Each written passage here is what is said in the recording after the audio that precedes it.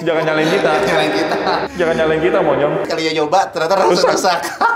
Mau pakai lama, pertimbangan durability. Wah, ini mah jawaban Cover ini udah jelas nih. Apa? Ribbon. Walaupun boros, bodo amat ya. Iya. Jatuh cinta nggak selalu tentang antar manusia dan manusia loh, bisa juga antara manusia dengan mobil.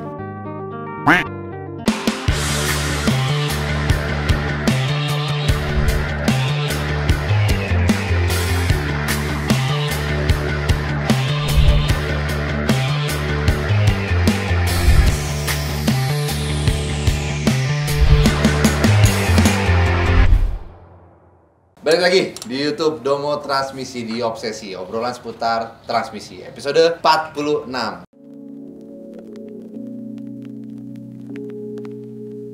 Nah, seperti biasa teman-teman, kembali lagi bersama saya, Arya Suta, dan Bapak kita, Bapak Freddy, yang akan membahas tentang pertanyaan-pertanyaan seputar transmisi yang dilontarkan oleh subscriber di YouTube kita. Nah, jadi buat teman-teman yang punya permasalahan seputar percintaan, permobilan, bisa aja langsung tulis di kolom komentar dengan hashtag obsesi. Nanti akan kita bahas di video-video selanjutnya. Percintaan tuh soal apa sih? Kok lu belakangan suka singgung-singgung soal percintaan? Lu lagi jatuh cinta? Contoh misalkan, kok sama cowok? Enggak, anjir. Kok gue lagi jatuh cinta sama mobil Pajero nih kok. Nah, kan itu percintaan. Oke, masuk Akal kan. Jatuh cinta nggak selalu tentang antar manusia dan manusia loh, bisa juga antara manusia dengan mobil. Emang lu ya lagi jatuh cinta sama mobil apa sih ya? Asik. Jangan nanti harga mobilnya digoreng. Oke lah, langsung kita mulai aja untuk pertanyaan pertama dari @ajiwibowo 4342. Hashtag obsesi, bahas Matic Pintar dong om. Mobil apa aja yang termasuk Matic Pintar? Maksudnya Matic Pintar itu bagaimana? Saya tahunya Matic bodoh kayak AT, All New Rush atau Terios. Ini gua salvok sama foto dia. Ya fotonya ini bikin salvok ini. Anjay, kanan kiri cewek, dia di tengah-tengah. Oper satu dong ke sini. Gimana kok? Matic Pintar, Matic bodoh? Basicnya kan sebenarnya Matic itu kan transmisi pintar sih, karena dia bisa nentuin gigi bapak ya kan, dia kapan mesti shifting, kapan mesti apa, itu sebenarnya Matic pintar. Gue malah bingung kalau Matic bodoh itu yang seperti apa. Matic bodoh itu kalau Maticnya bermasalah, Matic gila misalnya, masuk di safe mode, mentok di gigi 3 nggak mau pindah lagi ya kan, terus atau misalnya mundurnya nggak bisa, nah itu gue ngomongnya Matic gila ya kan, kapan dia mesti shifting, kapan dia mesti pindah, naik gigi, turun gigi. Sebenarnya menurut gue Matic tuh Matic pintar, cuma gue salvok sama fotonya aja. Keren lu bang. Oke, next ya dari @muslimchannel. Hashtag obsesi, saya punya Jazz Matic 2009. Beberapa bulan lalu tiba-tiba nggak kuat. Itu apanya ya kok? Sekarang normal lagi. Nggak kuat ini maksudnya gimana ya? Mungkin dari mesin bisa, ya kan? Bisa juga suplai bahan bakar kesendat-sendat. Banyak faktor sih kalau tiba-tiba nggak kuat. Kok balik normal lagi ya kan? Ada banyak faktor, tapi kita nggak bisa ngomong ini dari Matic ya kan? Selama dipakai, kalau Jazz kan ini berarti kan GE8 nih 2009. Ini kan sebenarnya Maticnya jarang ada masalah. Paling masalahnya kalau misalnya solenoid D-nya kedip-kedip ya kan. Terus atau misalnya solenoid ada kabel gigi tikus misalnya. Cuman kalau menurut gue ya dari mesin bisa ya Sud ya. Belum lagi kalau misalnya suplai bahan bakarnya ada masalah. Apalagi kan waktu itu sempat ada heboh yang Pertamina iya. Pertamax ya. Habis itu kan sekarang udah balik normal lagi. Kalau Matic biasanya problemnya bakal ada terus. Betul ya kan.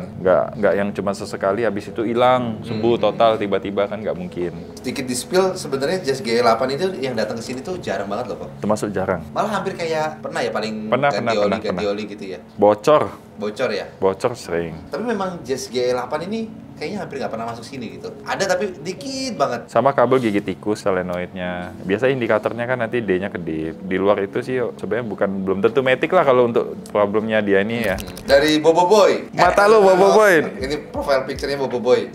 Hashtag obsesi, Coverdy dan Mas Arya. Salam semangat. Mobil second budget 155 sampai 165 Yaris Hackers, Yaris TRD, apa Suzuki Baleno untuk perawatan Matic dan ketahanannya. Terima kasih. Gue paling nggak suka yang namanya hacker-hackeran ini. Bodinya ditempel-tempel gitu tuh, itu gue paling nggak suka. Tapi selera ya. Ini Yaris yang kayak dibuat jadi kayak ini loh, off-road. Ada Yaris hacker. Gue paling nggak suka yang model-model gituan. Dia ada bodinya, ada side-side moldingnya yang plastik-plastik itu. Nah ini gue paling nggak suka. Tapi ini selera ya. Suka Yaris sebenarnya Yaris Bapau yang gue suka. Tapi kalau budget 155, 165, kalau gue sih lebih pilih Yaris TRD lah dibanding Yaris Hacker. Baleno juga oke. Terus S-Cross juga bisa jadi pilihan. S-Cross tapi ambil yang facelift ya, 2018 ke sini. Masih dapat deh kayaknya dengan budget segitu. Terus apalagi perawatan matic dan ketahanannya. Nah, semua yang kita sebutin tuh ya oke lah. Jarang masalah Yaris kok. juga jarang masalah. Jarang masalah. Gue lebih pilih yang kalem-kalem aja, yang nggak banyak tempel-tempelan. Iya. Tapi selera ini selera ya. Next ya, Ko ya. Next. Dari RKZ Kola, #obsesi. Kok mau tanya, kalau ganti oli Matic Innova Reborn 2016, apakah harus flashing? Soalnya kata bengkel resmi kalau mau ganti oli wajib flashing. Nah ini nih, ini Reborn kan? Reborn ini kan AC60 transmisinya, kodenya. Ini paling sensitif di flashing. Udah banyak kasus habis di flashing nanti jeduk. Kenapa sih harus di flashing? Nggak harus flashing, bisa kok ganti olinya. Siapa yang ngomong nggak bisa? Kasus-kasusnya bertahap juga ya, Ko ya. Ada yang habis flashing dikasih perawatan di sini sembuh. Tapi ada juga yang udah flashing kasih perawatan di sini nggak sembuh dan endingnya memang harus di overhaul gitu. Ada tergantung kasusnya kan, kita nggak bisa tahu loh. Betul. Kalau kita nggak coba kan. Jadi hati-hati lah ya. Tapi udah banyak kasus yang datang ke sini, kalau kita gali infonya, itu ceritanya habis di flashing. Iya. Entah itu Reborn, entah itu VRZ. Iya. Habis flashing, terus maticnya jadi jeduk. Pertanyaannya masih mau di flashing kah untuk mobil ini ya kan? Kalau kita sih nggak penasaranin flashing, lebih baik ganti oli biasa atau buka bak olinya, ganti filternya ya kan? Oke lah, next ya Pak. Dari Altis, #obsesi. Ko Freddy, kan nggak suka CVT. Kalau New Expander CVT versus Stargazer EVT, kalau Ko Freddy dan Mas Arya pilih yang mana? Terima kasih. Kalau model Stargazer. Enggak, gua tetap Jepang. Kalau model, akan ngomong kalau model. Tapi kalau ngomongin transmisi, harusnya si EVT sih, harusnya ya.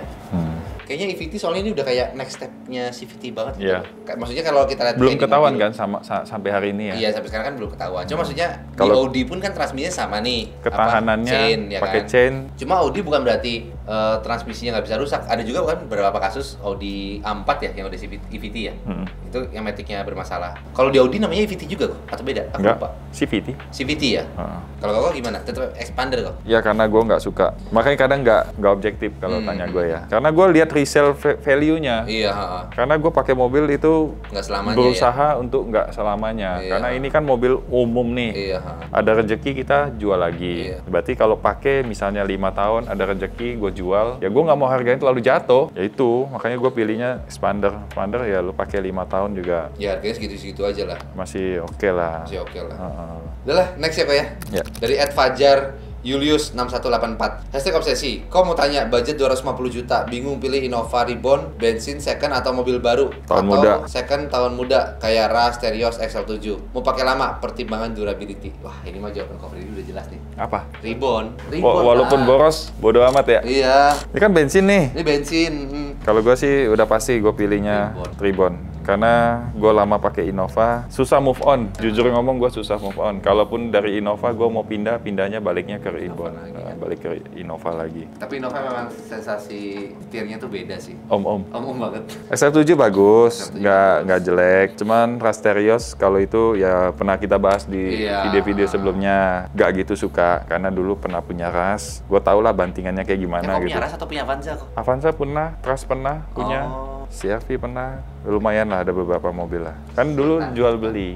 Oke lah, next ya kok ya. Dari Ahmad Hilmi Sani. #obsesi. Mau tanya kok, apakah mobil Suzuki Swift 2008 masih worth it untuk dibeli di tahun ini? Dan apakah ribet perawatannya? Sebenarnya Swift itu mobil bagus sih sebenarnya. 2008 juga kalau sehat masih worth it Masih lah. oke, iya. Dia nggak tahu aja. Lu aja pengen belinya mobil tahun berapa? Iya. Nah, apalagi ini 2008. Iya, masih sehat Ya banget, kan? seger lah. Gua aja pengen main-main sama ES FL2 kan 2005. Iya. Tahunnya lebih tua dibanding ini, ya kan? Asal sehat Swift, oke sih nggak ada masalah. Matic-nya juga bagus, ya kan? Bandel jarang ada masalah. Sebenarnya kalau mau beli mobil second itu kan baik lagi ya, dapatnya kondisi seperti apa kan?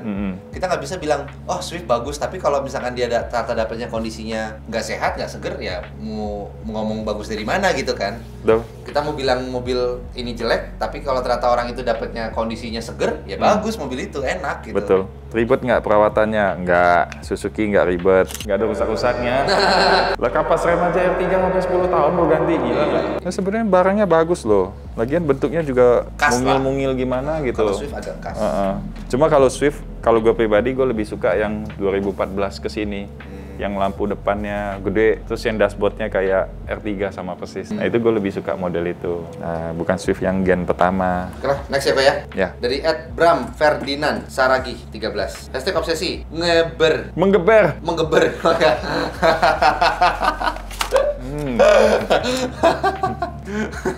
Menggeber mesin dalam kondisi netral apakah merusak transmisi? Tadi lu ngomong apa? Ngeber ya? Merusak gak kok? Enggak lah. Geber posisi netral? Enggak lah ya. Enggak apa-apa sih. Kalau digeber terus tiba-tiba dari netral langsung masuk D gitu kok? Sesekali nggak apa-apa. Sekali gak apa-apa? Iya. Itu bisa loncat kali ya kok ya? Buat ini biasanya orang buat kalau mau main track gitu. Sekali gak apa-apa, tapi kalau rusak jangan minta pertanggungjawaban juga. Jangan nyalain kita. Nyalain kita. Jangan nyalain kita, monyong. Sesekali gak apa-apa, tapi sekali ya nyoba ternyata rusak. Itu bukan sebenarnya untuk Matic yang udah tua, berumur, udah mulai ada masalah. Iya. Itu udah nggak cocok. Udah nggak cocok untuk dicoba-coba itu. Cuma kalau untuk geber-geber di netral ya nggak ada. Nggak masalah lah. Nggak rusak Itu kayaknya lebih transmisi. pertimbangannya ke mesin gak sih kayak gitu? Tujuannya buat apa dulu nih? tujuannya apa dulu?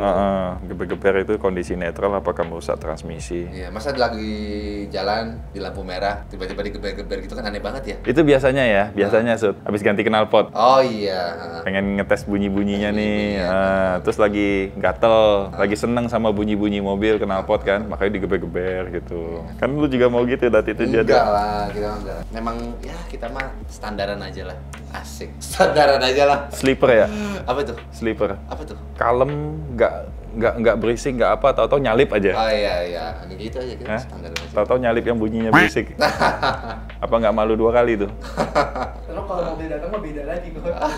Beda lagi kalau udah mobil di tangan ya. Kalau di tangannya gatel. aja, Gatel. Bang. Nah, kita mah standaran Ganti aja. ini, ganti itu, ganti ini, ganti itu.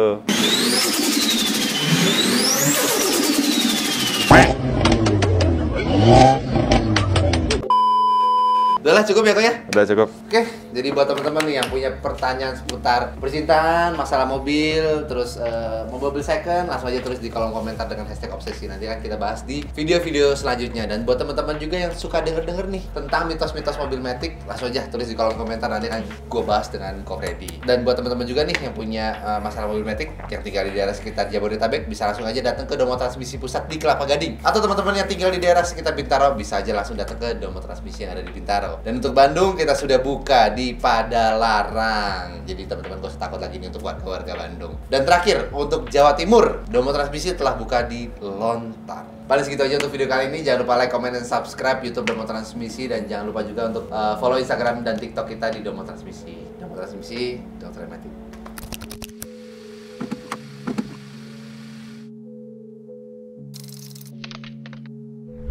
Domo Transmisi, dokternya Matic.